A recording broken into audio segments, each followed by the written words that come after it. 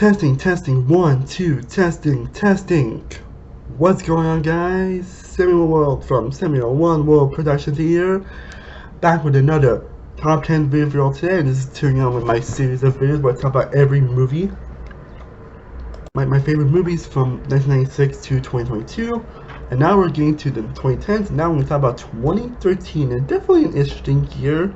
And I've definitely gone back and forth on what's my favorite film. I think of all the years I've done so far, this is one I definitely gone the most back and forth on, but in the end, I decided on a good list, so I hope you enjoy. You can watch my other videos if you want to know what my favorite movies from those years are. I'd love to know your favorites from 2013 down below in the comment section. And let's get started. But of course, before we always do, let's get into the honorable mentions. And the honorable mentions are Rush, 12 Years a Slave, You're Next, This Is the End, The Heat, The Hunger Games: Catching Fire, Iron Man 3, Evil Dead, Don John, and Fast and Furious 6. All fantastic movies, just did not quite make the list.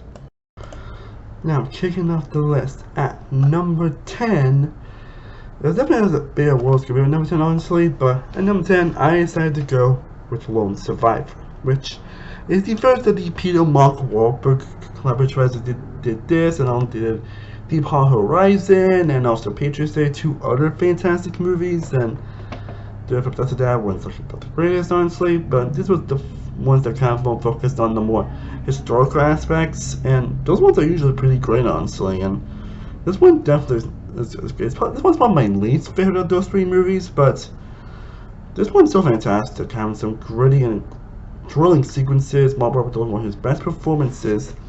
Fantastic directing from Peter Berg. He can really hold his own as a director, while his recent efforts definitely and not hold up on that statement.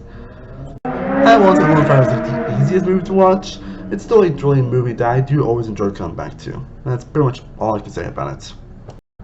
Now, coming in at number 9, we have Her. Yes, Her. The film where Joaquin Phoenix falls in love with a computer. Again, similar to a movie I mentioned previously, Lost in a Real Ago, a film that probably could easily just been a one-joke movie, they still managed to make you care about the relationship between a guy and a intelligent female voice. Like, they managed to actually make you care about that relationship, which really shows you the impeccable writing, because it really dives deep into these characters, especially Joaquin Phoenix, who, I mean, come on, the guy is a fantastic and everything, and he's no different here, honestly. This is definitely at least in his top 10 performances, honestly, and that's saying something. But the story you get here is not like your typical romance movie in the way it develops, the way it plays out, and it actually has nice surprises that happen throughout the movie. It's a very sweet and emotional movie that has so many surprises, and it's different from your typical romance movie because it's from a guy falling in love with a computer, but the fact that they actually make you care about the relationship really shows the impeccable direction, writing, and music. And there are definitely also very emotional, heartwarming scenes, so yeah, Her, still a classic. And now, at number 8, we got a film that basically started a whole universe of movies, for better or for worse, and that is the original Conjuring, which I think is one of the best horror movies ever freaking made. I am dead fucking serious. And to this day, despite the greatness of the sequel and even animal creation,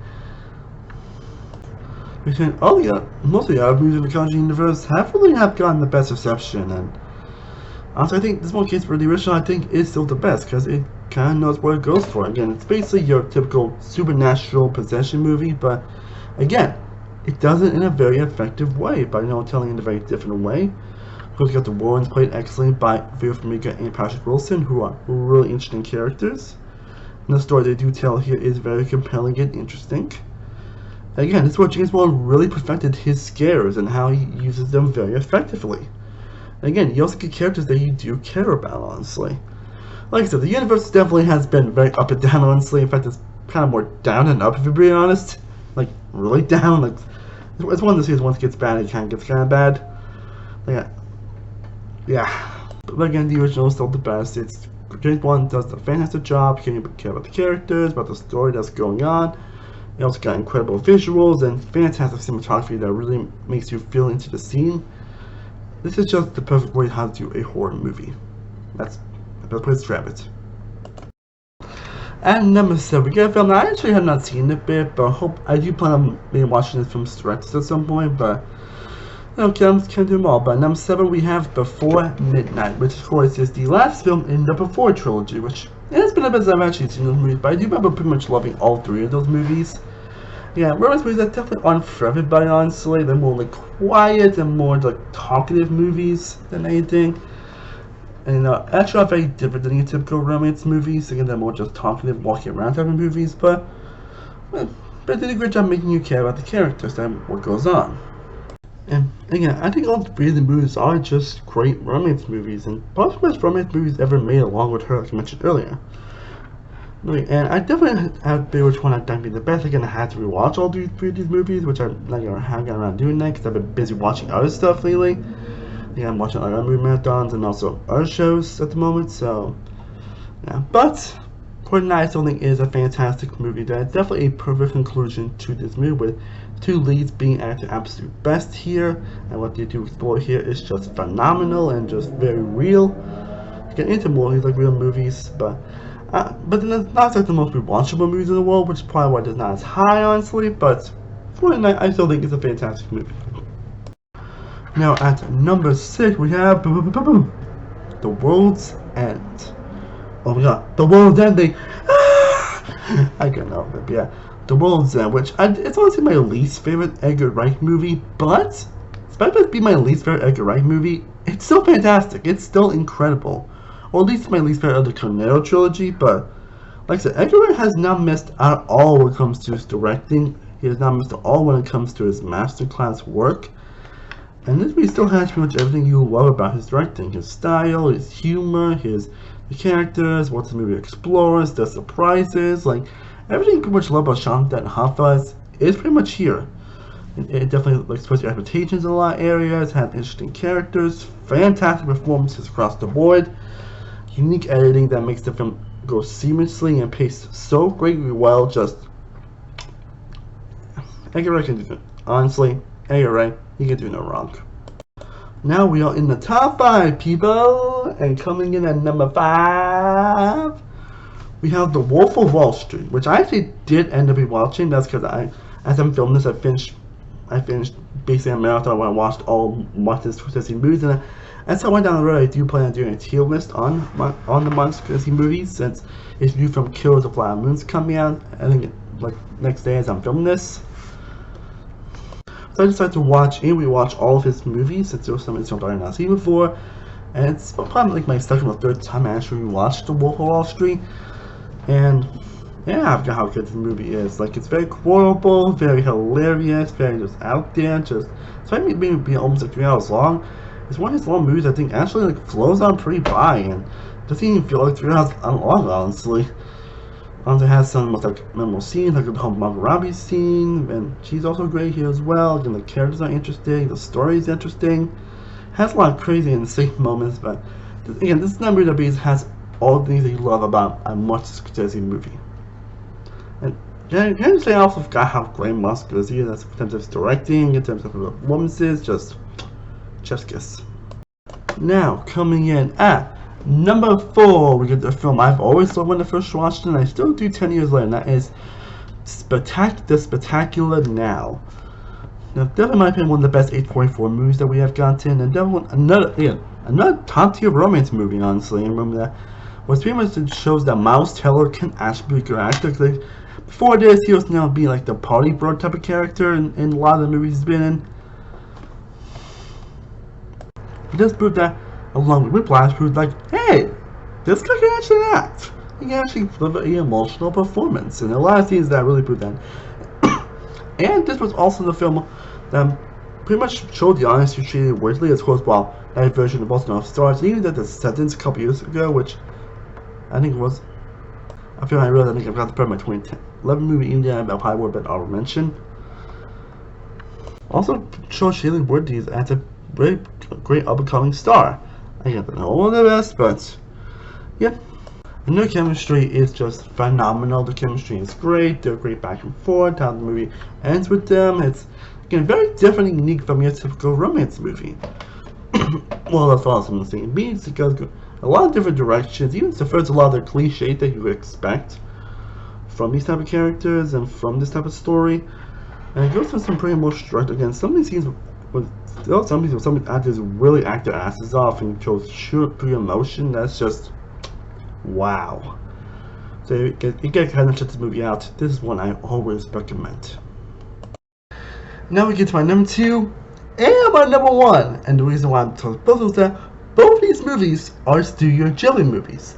Now, I definitely think I should just put them at the number 1 spot, but I just thought it made more sense to just put one number 2 and one at number 1. So, my top 2 are Studio Ghibli movies. And I talk about a lot of great ones in this type of series so far.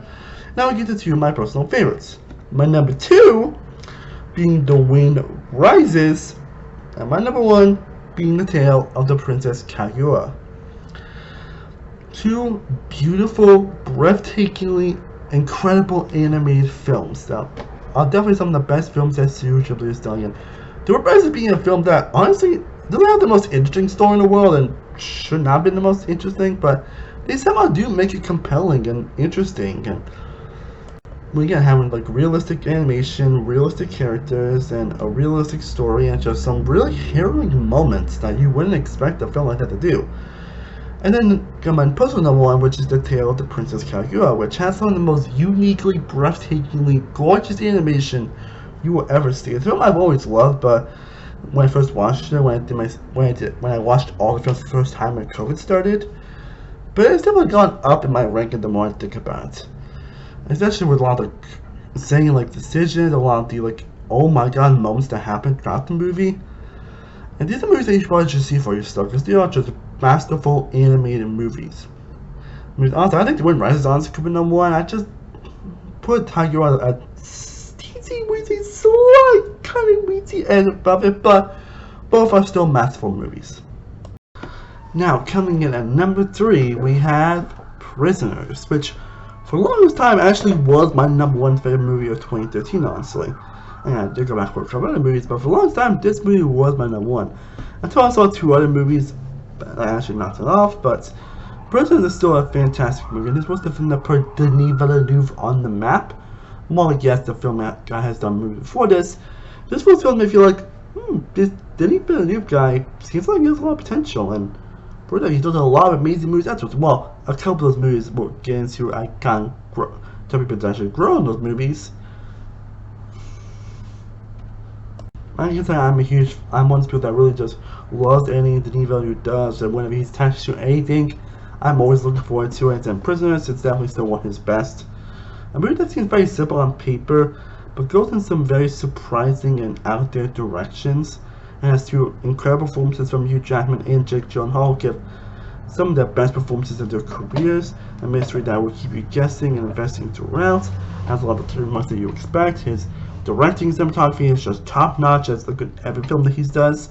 Has one of the most like OMG endings you will ever see. That's really all I can say about the movie without getting into details, but Prisoners, oh my god, this movie is just masterful. Well guys, I hope you enjoyed me discussing my top 10 favorite movies of 2013. Let me know down below in the comment section what are your favorite movies of 2013. I would love to know down below in the comment section. And now we'll get 2014 next, which is the year I'm actually super pumped to talk about, so stay tuned for that, coming very, very soon. Got your usual singing content and tier list videos coming away very soon. Thank you guys so much for watching, I appreciate it. I am Sam Warren World from Sam Warren Productions. I will see you next time. As always, stay cool, but peace.